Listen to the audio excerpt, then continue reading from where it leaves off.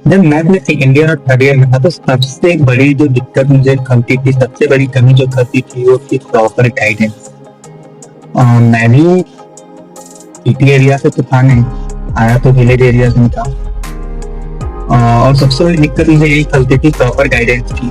YouTube पे मैंने video भी देखे एंड कुछ सीनियर्स भी मिले जो होता है, बट एक प्रॉपर अच्छे से गाइडेंस हमें नहीं मिला कि एक्चुअली सेकेंड ईयर से करना क्या चाहिए और क्या एकेटीयू का सिनेरियो है।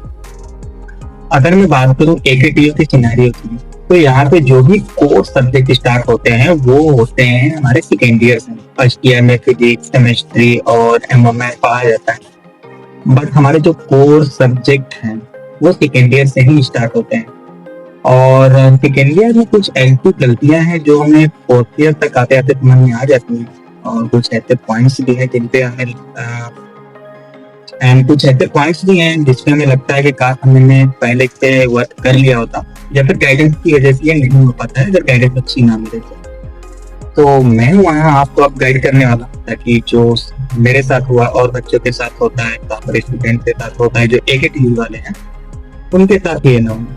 अदर यूनिवर्सिटी में क्या होता है कि उनके जो भी कोर सब्जेक्ट होते हैं वो फर्स्ट ईयर से ही स्टार्ट होते हैं, पाइथन और सी डी एस सी वगैरह फर्स्ट ईयर से इनको पढ़ाना स्टार्ट हो जाता है। तो उनका कुछ हद तक सही रहता है कि वहाँ पे कोडिंग सेशन मेंटेन हो जाता है। बट अगर हम बात करें अपने एकेटीयू के, तो यहाँ से जितने भी सब पार्ट स्टार्ट होते हैं वो सेकेंड ईयर से होते हैं। अब इसमें दो कैटेगरी के बच्चे आते हैं। एक तो वो आते हैं जिनका कोडिंग बैकग्राउंड कुछ ठीक ठाक है, और दूसरे वो आते हैं गांव से जिनको कोडिंग का सी ही नहीं आता।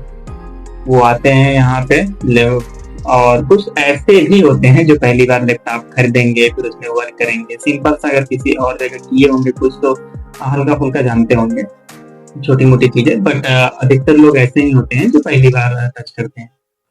तो मैं यही कहूंगा कि आप लोग, अब मैं यहाँ पे 7 पॉइंट उठाऊंगा, इन 7 चीजों पे जम के फोकस करें, और second year, third year, fourth year, तीनों साल जितने भी हैं आपके, इस पे फोकस जरूर करें और इसे जितना हो सके उतना मेंटेन करके चलें।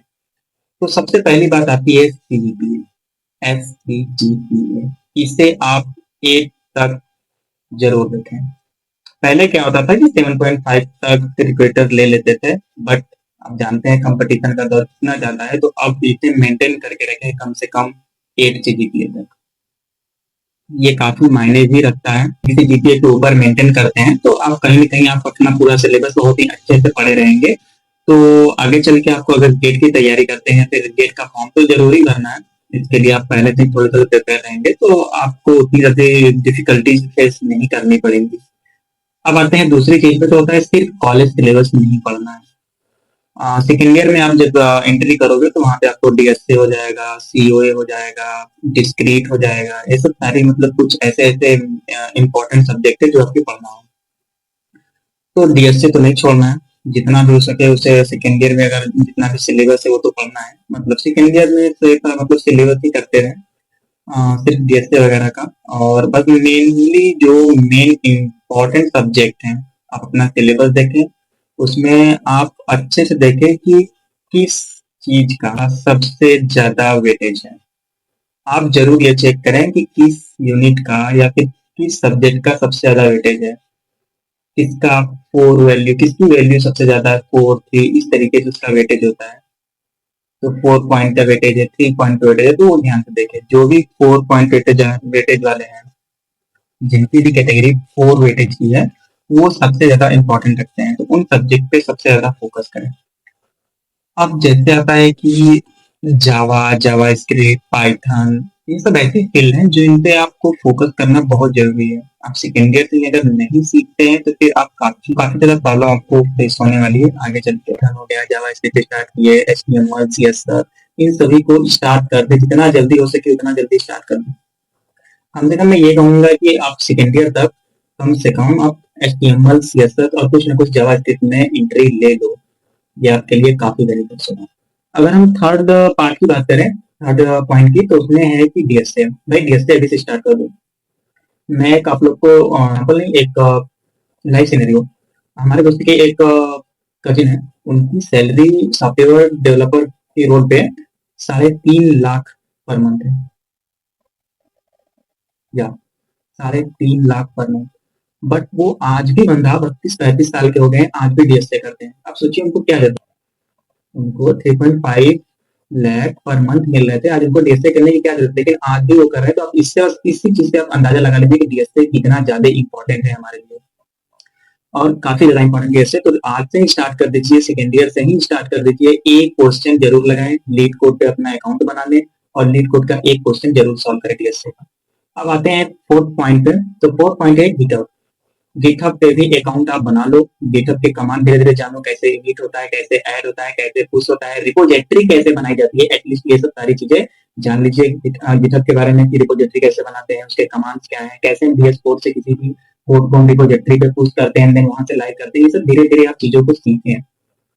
अगर हम पांचवी पॉइंट की बात करें तो वो है लिंक्डइन प्रोफाइल। आप लिंक्डइन प्रोफाइल पे जरूर एक्टिव रहें, लिंक्डइन प्रोफाइल अकाउंट बना लें, अपना प्रोफाइल बना लें। आप जो भी कोड लिखें मैनुअली हाथ से लिखें। मैं बार बार रिकमेंड कर रहा हूँ, कोड हमेशा हाथ से ही लिखना है, एआई का यूज कॉपी पेस्ट के लिए नहीं करना। और जितना हो सके हाथ से कोड लिख लिख के जो भी आप प्रोजेक्ट बना रहे हो उसका स्क्रीनशॉट लो, उसकी फोटो लो, लिंक्डइन पे जाके उसे पोस्ट करो। कौन क्या सोचता है, लाख साफ करोड़ साफ यूजर है, इतने लोग हैं, कोई किसी को कुछ फर्क नहीं पड़ता है कि आप क्या पोस्ट करते हो या क्या बना रहे हो, लेकिन आपकी इससे प्रोफाइल अच्छी दिखेगी जब भी रिपीटर आएगा। तो आप वहां पे स्क्रीन शॉट पेस्ट करो, वहां उसके बारे में लिखो कि मैंने ये सारी चीजें किया है।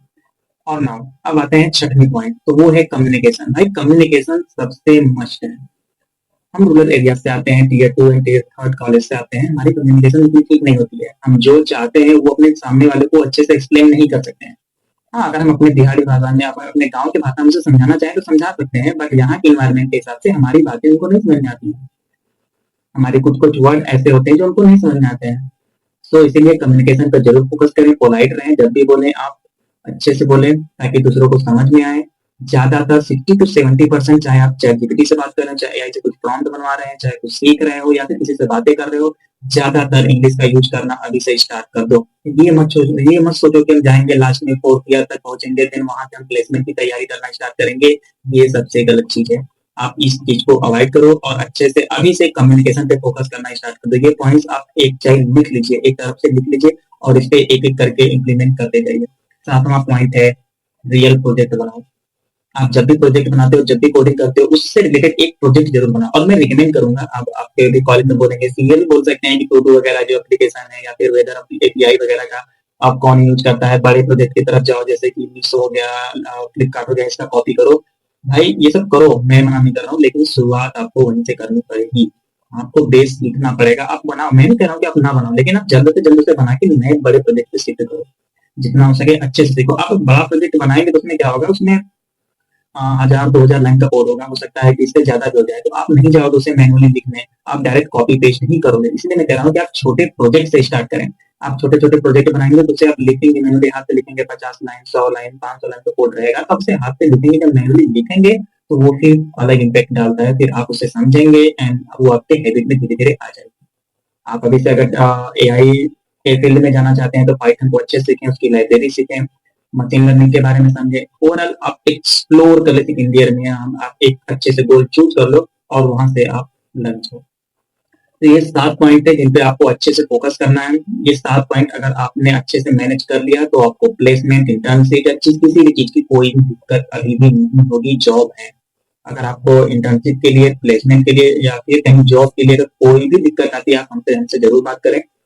मैं आपका रेफरेंस एंड जितना हो सकेगा उतना जरूर हेल्प करने की कोशिश करूंगा। और आपको जो भी प्रॉब्लम आए, चाहे आपको स्टडी से रिलेटेड आए, प्लानिंग से रिलेटेड आए, या फिर कुछ भी डाउट हो, आप कमेंट बॉक्स में जरूर पूछ सकते हैं, सबका रिप्लाई करूंगा। तो आप यही है कि एक ही ट्यूब में ये सारी गलतियां ना करें।